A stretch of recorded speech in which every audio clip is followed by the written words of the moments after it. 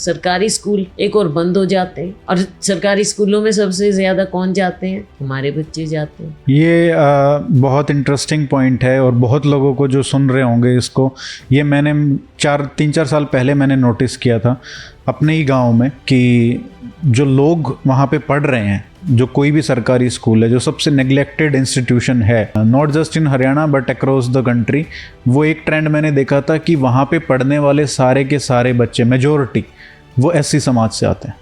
एक बार जब हम सरकार में थे, केंद्र में, ये बात मैंने कैबिनेट में भी रखी कि हम ये बात तो करते हैं, और उसके बाद ये अगला स्टेप जो मैं बोलने जा रही हूँ, सरकारी स्कूल में जाते हैं, माँ बाप बड़ी उम्मीद से बच्चे को स्कूल छोड़ के जाते कि वो कुछ पढ़ेगा, उसकी ज़िंदगी मेरे से बेहतर होगी, और सबसे गरीब सरकारी स्कूल में भेजते हैं। 10 साल वो बच्चा, माँ बाप, वरना आप देखते हैं गरीब से गरीब बच्चे को खेत में भी काम दे देते हैं, छोटा सा बच्चा लग जाता है लेबर करने, छोटा सा बच्चा इधर उधर के काम करने लग जाते हैं, क्योंकि माँ बाप को हर एक हाथ चाहिए काम के लिए जो बांटे, लेकिन स्कूल में भेजते हैं उम्मीद से, सरकारी में भेजते हैं क्योंकि वो अफोर्ड नहीं कर सकते।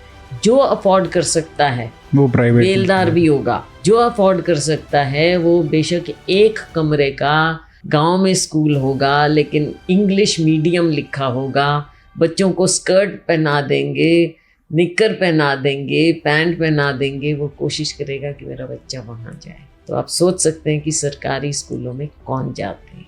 और 10 साल बाद जब आप इम्तिहान भी नहीं ले रहे, या चलो 8 साल या जितने भी बच्चे जाते हैं, इम्तिहान में बैठते हैं और फेल हो जाते हैं, उनको लिखना तक नहीं आ रहा, अर्जी तक नहीं लिख सकते, कुछ कर नहीं सकते, तो माँ बाप पे क्या बीतती होगी। इसको कैसे कर सकते हैं ठीक? देखो, हमको अपनी एजुकेशन को ध्यान करना होगा, और आगे आगे आने वाले समय में तो इसमें भी एक इनकलाब आएगा टेक्नोलॉजी का। अब वो पुराना स्कूल और ब्लैक बोर्ड और वो सब नहीं, नए बच्चों को जो बोलते हैं ना, टेक्नोलॉजी का इस्तेमाल करते हुए हमने, पहले कौन सोच सकता था आज के छोटे छोटे बच्चे, गरीब से गरीब बच्चे, मोबाइल, बिल्कुल, वी शुड यूज़ दैट। क्यों नहीं?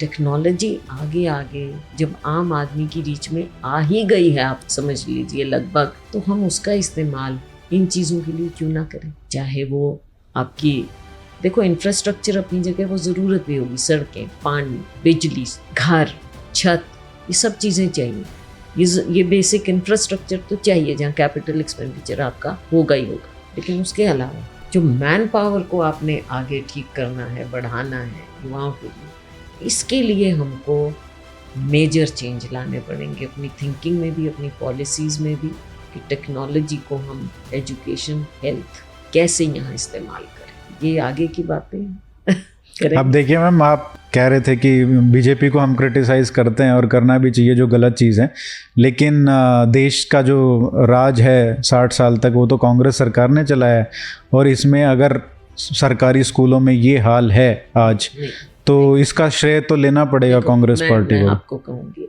जिस समय शुरुआत हुई थी, आप सोचिए कि हम आज के नज़रिए से प्लीज़ पीछे का जज मत करिए, उस समय हमारा देश कहाँ था और आज हम कहाँ हैं। आगे 70 साल में हम आए हैं।